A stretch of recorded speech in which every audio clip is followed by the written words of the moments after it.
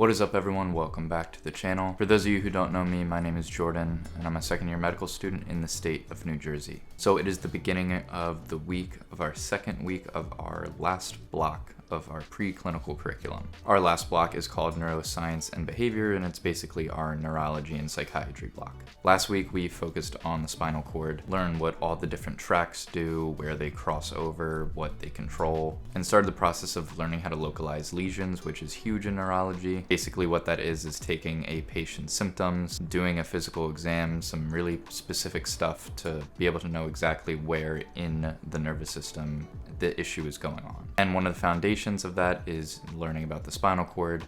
Like I said, there's a bunch of different tracks that do different things. Some tracks control the motion of your limbs, some the motion of your trunk. Different types of sensation are controlled by different tracks. So someone might have loss of pain and temperature, but their vibration and proprioception is normal. And that's because whatever spinal cord lesion they have is only affecting that one track that controls pain and temperature. So it was a lot. Sometimes can get very confusing, especially because with the brain, everything flips at some point usually. So stuff in the right brain controls the left side of your body and vice versa. But it is very interesting and a lot of stuff that I haven't had too much exposure to. So like I said, it is our second week of our block. So this week we are focusing more on the brainstem and cranial nerves. We started this week with actually no new content. We did have a health system science lecture, which is sort of a longitudinal course that's not really related to the science content of our current block. And then we had a TBL based on stuff that we did last week. A TBL, or team-based learning, is a way of learning that a lot of medical schools incorporate into their curriculum. The way that my school does it is it's basically a quiz. You are in a team, but you first take the quiz alone. So usually just 10 questions, you have like 10 or 15 minutes to do it. After everyone in the team completes it on their own, then you do it together. Same exact quiz, you don't know what you got right and wrong from the individual one, but it's to sort of test your own knowledge and then see if you do better in a group, which usually you do. And then those two scores are combined for your like overall TBL score. The TBL Monday wasn't too bad. Some of the niche, really detailed stuff I didn't get, but not too worried about it. Overall, my team did pretty well. That was Monday, and then earlier today, Tuesday, we just had a human dimension session, which is also not really related to our science content. It's a longitudinal course. So we had a session on ableism, where we had a short lecture, just talking generally about patients and physicians with disabilities and how we can be an advocate for those populations. And then we had a panel with two physical medicine and rehabilitation physicians. Physical medicine and rehabilitation, or physiatry, is a very sort of unknown specialty in medicine, and relative to a lot of the other specialties, it's new, so maybe that's why. Also, it's just not very glamorous. You don't see it on Grey's Anatomy, so a lot of like the general population and even medical students themselves have never heard of it. For a lot of students, the first time even hearing about PM&R is when you're actually in medical school. The field is very broad. You can do a lot of stuff with it, but I would say sort of the blend between orthopedics and neurology. They do a lot of stuff with the musculoskeletal and the nervous system. So what the doctors who came and talked to us were saying, a lot of what they do is help rehabilitate patients who have had, spinal cord, traumatic brain injuries, people who have disabilities. They said that they do a lot of coordinating of care with other health professions like PT, OT, speech pathology, social workers, therapists. So it seems like a very collaborative specialty where you're working with a lot of different people and getting a very holistic view of what the patient needs.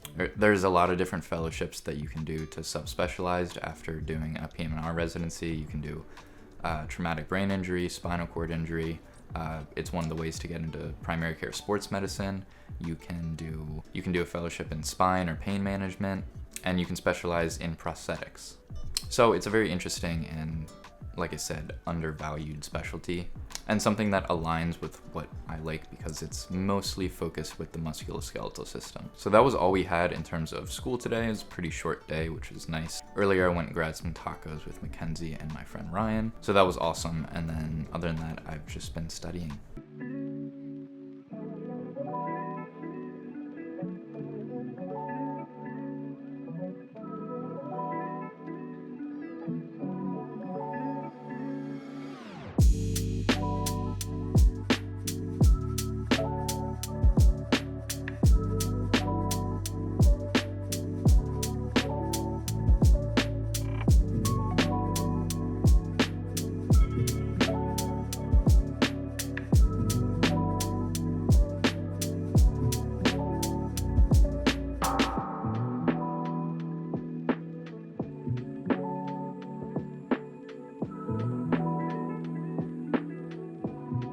Alright, so it is now Thursday night, and I wanted to check in, tell you how this week has been going. So Wednesday we started like the new content for this week, which is all about the brainstem and the cranial nerves, which is another just super confusing and complex topic. I thought spinal cord was bad last week, but I think brainstem is a little bit worse. There's all of the same tracks that are in the spine that come up through the brainstem, but then you also have to worry about the cranial nerves, which are all super important, do very key functions for your body. So localizing lesions in the brainstem is a lot harder than the spinal cord. There's 3 different parts of the brainstem. There's the midbrain, the pons, and the medulla. And usually how you categorize things is a medial or a lateral lesion in one of those 3 areas. So there's specific things for a lateral pontine or lateral medullary syndrome. A lot of the times things overlap, and there's like 1 or 2 things that are specific to that one syndrome. And sort of the really annoying part is a few of the doctors this week have said that this almost never happens in clinical practice. Brainstem lesions are exceedingly rare, and the reason that there's a lot of like confusion about the symptoms is because they just don't happen often enough to really be able to say like, oh,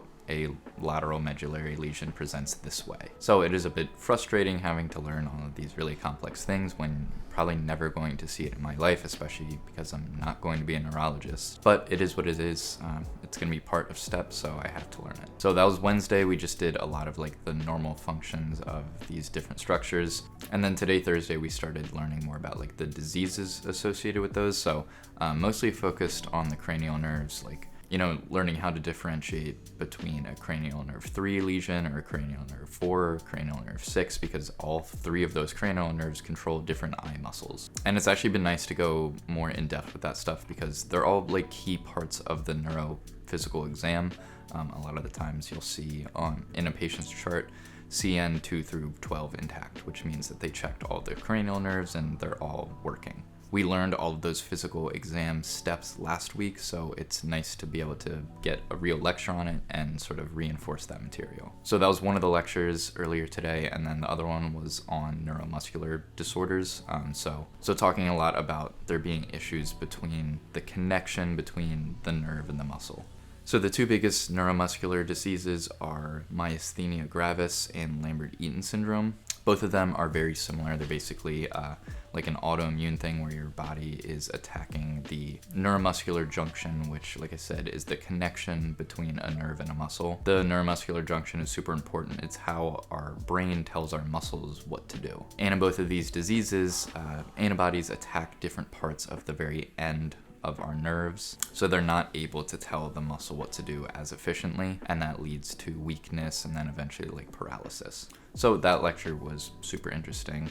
They also had some connections to some of our older blocks, like one of the main causes of Lambert-Eaton syndrome is when someone has small cell lung cancer, which is pretty crazy. For whatever reason, when the patient develops that sort of cancer, they sometimes get this autoimmune neuromuscular disorder. Another exciting thing that happened the past few days was the town that my school's in had like a welcome to the town day. I don't think they did it last year, and if they did, I didn't go, but it was actually right across the street from our school from like 12 to 3.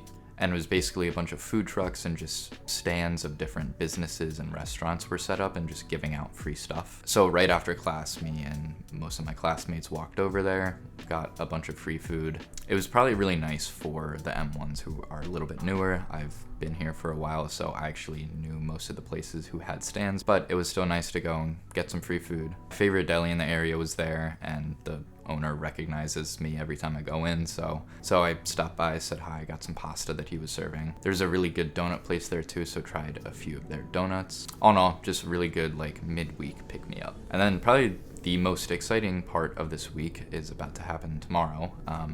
1, it is my birthday, and 2, I'm going to South Carolina. Me and Mackenzie are going to the University of South Carolina for their family weekend. One of her little sisters goes there, and the other one recently graduated, and she is in dental school in Charleston. So the whole family's gonna get together down in Columbia, go to the football game, all that stuff. So I'm super excited. I've never been to South Carolina, never been to an SEC football game. It's my birthday, so it should be a really great weekend.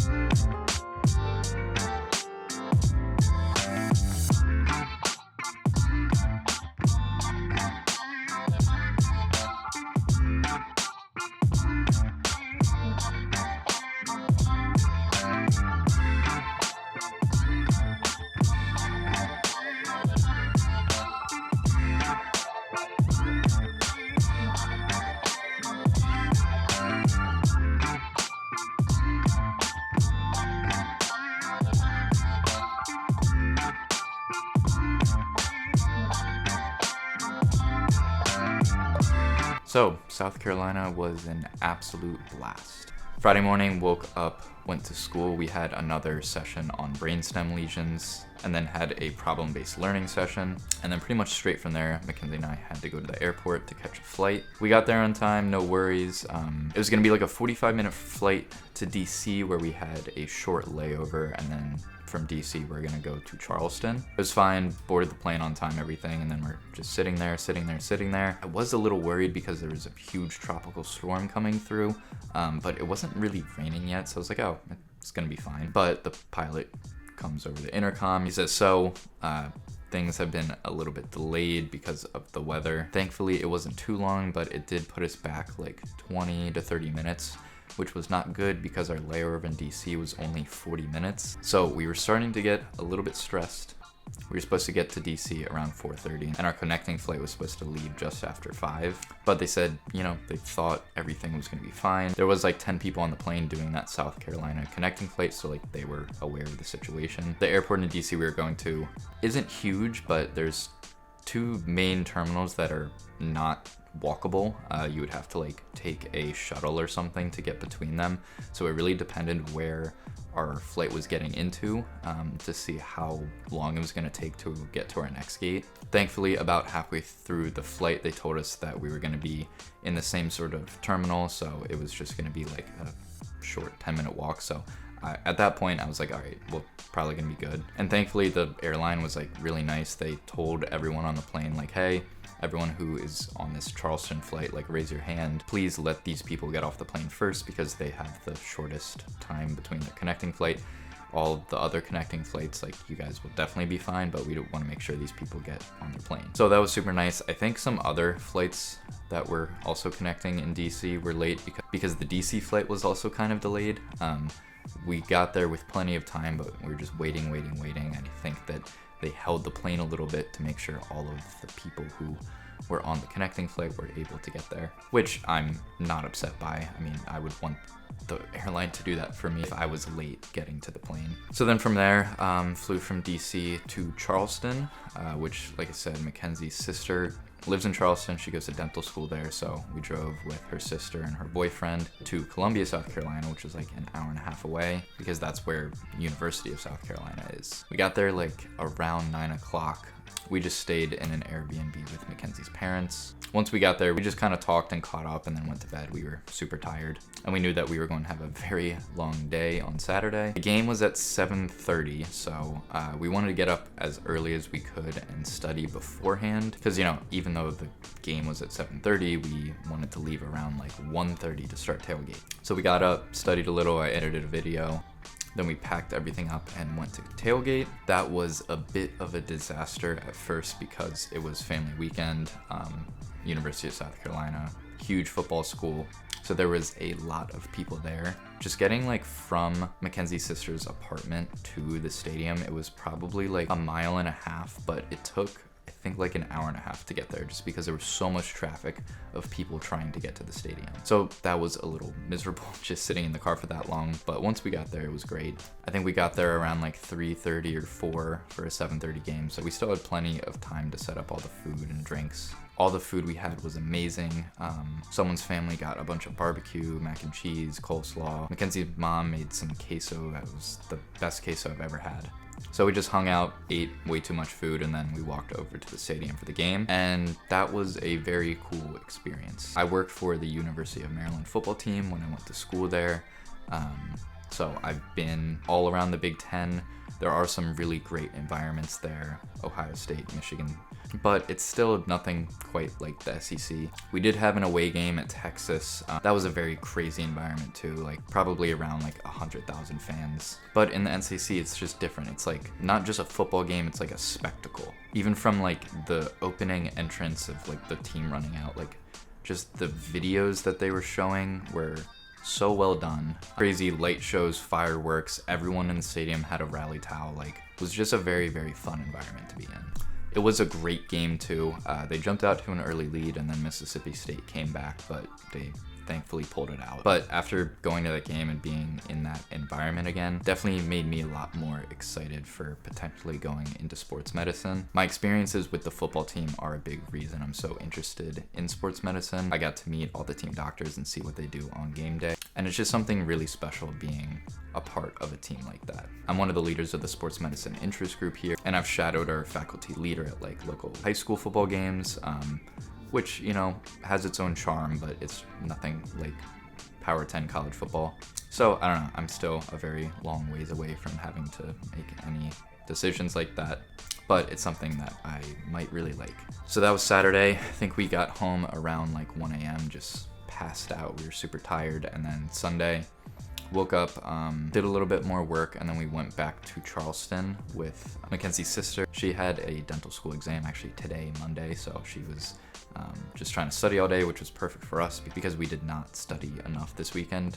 So that's pretty much all we did on Sunday, was just stay in her apartment complex. It was beautiful.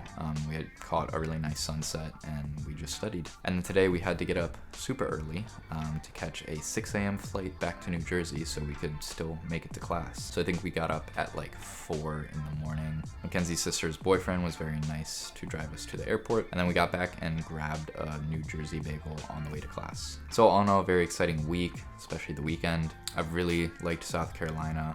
We walked around the medical campus a little bit because Mackenzie's sister lives like right across the street from it. The medical school there is called MUSC, or Medical University of South Carolina, I think. Definitely gonna try to go back because we didn't explore Charleston enough, and I've heard really great things about the city, but that might be a little tough with rotations starting in a few months. All right, well, that is gonna do it for today's video. If you enjoyed, please be sure to leave a like below and subscribe if you want to see videos like this in the future. Thanks, and I'll see you in the next one.